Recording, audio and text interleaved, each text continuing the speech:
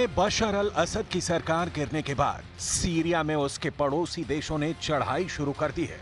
अब सीरिया में तुर्की और इजरायल के बीच होड़ सी छिड़ गई है कि सीरिया की जमीन को कौन कितना कब्जा कर पाता है। तुर्की और इजरायल दोनों एक दूसरे पर सीरियाई इलाकों पर कब्जा करने का आरोप लगा रहे हैं। दोनों ओर से बयानों की बमबाजी हो रही है और इस बीच एक्सपर्ट्स का कहना है कि सीरिया की यह हलचल एक बार फिर उसे भयंकर गृह युद्ध में धकेल सकती है। तुर्की के राष्ट्रपति रेसिप तैयब एर्दोआन तुर्की की सेना को सीरिया पर आक्रमण करने का आदेश दे सकते हैं। रिपोर्ट के मुताबिक तुर्की के इस हमले का मकसद सीरिया से कुर्दों का नामो निशान मिटाना होगा। रिपोर्ट में दावा किया गया है कि जब हयात तहरीर अल शाम यानी HTS दमिश्क की ओर बढ़ रहा था, तब तुर्की ने अपने मिलिशिया के साथ मिलकर कुर्दों के खिलाफ मोर्चा खोल दिया था, जो उत्तर पूर्वी सीरिया में हुकूमत चलाता है। और अब तुर्की की सेना पूरी तरह से उस पर आक्रमण के लिए तैयार है। सीरिया में तुर्की का हमला क्यों?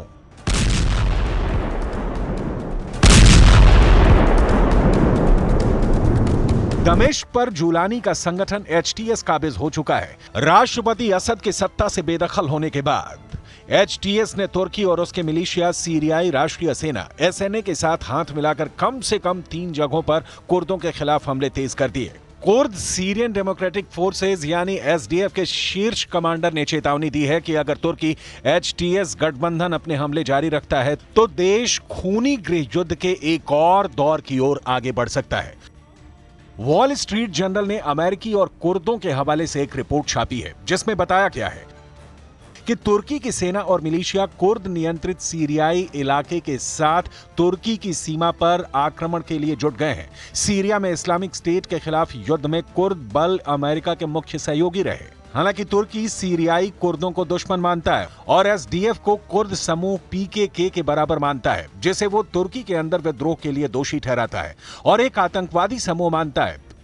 वर्षों से तुर्की AANES यानी कुर्दों के कब्जे को सीमित करना चाहता है और उन्हें तुर्की के बॉर्डर से दूर धकेलना चाहता है। इसीलिए सीरियाई कुर्दों पर हमला जारी है।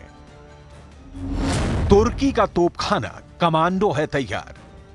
वॉल स्ट्रीट जर्नल ने यह रिपोर्ट वरिष्ठ अमेरिकी अधिकारियों के हवाले से छापी है, जिसमें बताया गया है कि तुर्की ने सीरिया के बॉर्डर पर अपने कमांडो और तोपखाना सहित अपने सेना और मिलिशिया को तैनात कर दिया है, जिससे लगता है कि तुर्की ने सीरिया पर बड़े आक्रमण का मूड बना लिया है। यह रिपोर्ट तुर्की और कुर्दों के अमेरिका की मध्यस्थता में हुए युद्ध विराम के टूटने के बाद आई है। वहीं फॉक्स न्यूज ने रिपोर्ट किया है कि तुर्की ने कुर्दों को बताया है कि युद्ध विराम समाप्त हो गया है और कुर्दों से कभी भी उनका युद्ध छिड़ सकता है। ऐसा इसलिए हुआ क्योंकि कुर्दों ने कोबानी को लेकर तुर्की के प्रस्ताव को मानने से इनकार कर दिया।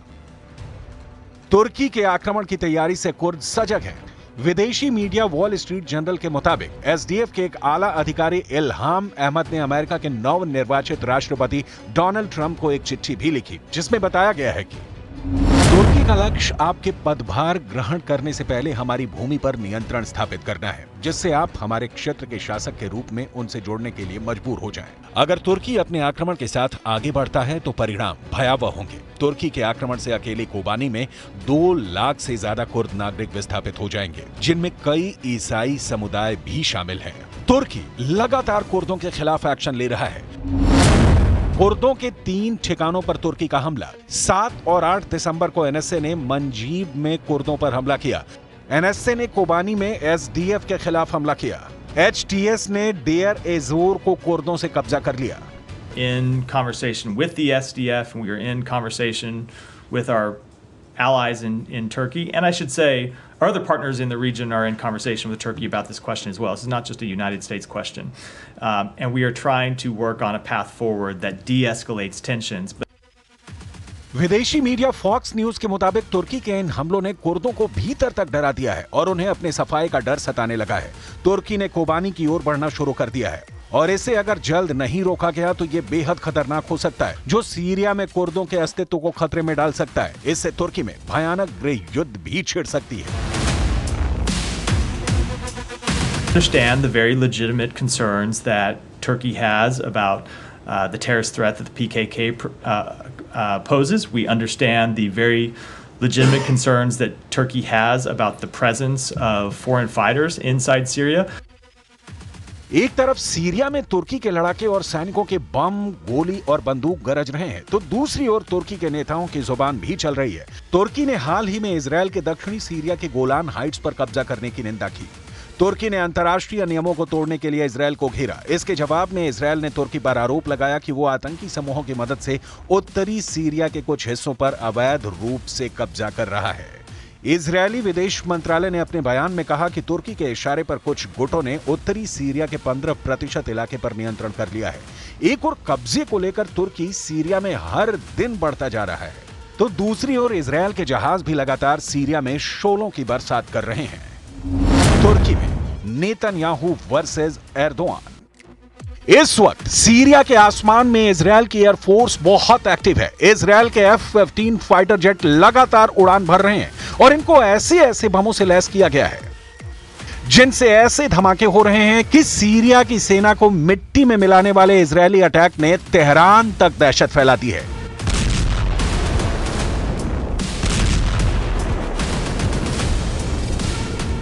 इन हमलों पर जुलानी की भी मुहर लग चुकी है, क्योंकि जुलानी ने ना इसका विरोध किया और ना ही इजरायल से युद्ध करने की ख्वाहिश जाहिर की है, बल्कि ईरान और हिजबुल्लाह को अपना सबसे बड़ा दुश्मन बता दिया है।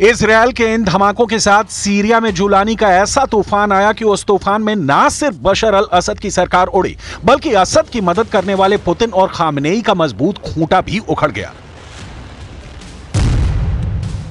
जुलानी ने सीरिया में ऐसा जाल फैलाया कि इस जाल में फंसे रूस और ईरान की सेना को सीरिया से भागना पड़ा।